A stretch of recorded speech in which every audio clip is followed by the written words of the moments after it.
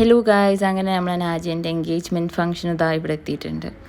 അവളെ first look എടുക്കാൻ വേണ്ടി വിളിച്ചു വരുത്തിയത് അവരൊക്കെ. അതോടെ ഒരു കാര്യം മനസ്സിലായി, ഈ വാത്തക്ക് വരെ ഒന്നും അടുപ്പിക്കാൻ പറ്റത്തില്ല. പിന്നെ അവളെ കുറിച്ച് ഒരു വാക്ക് പറയാൻ പറഞ്ഞപ്പോഴോ